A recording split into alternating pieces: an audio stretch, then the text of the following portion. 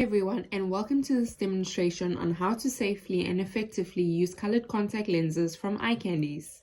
Washing your hands is key. This helps prevent any bacteria from transferring to your contact lenses, so make sure you thoroughly wash your hands first. When you receive your order, you are provided with a lens case and 2 jar containers.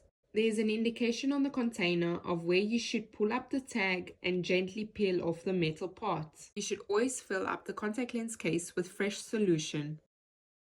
The most important part of when applying contact lenses is making sure that they are on the right side.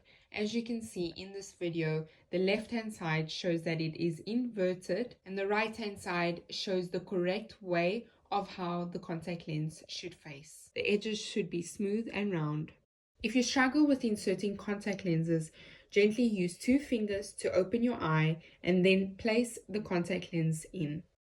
If this traditional method does not work for you, Eyecandys includes a free applicator tool for you to have the easiest application, especially if you have long nails. Don't worry if you didn't pay full attention to this video, there's a leaflet with instructions in every order for you to read at your own pace.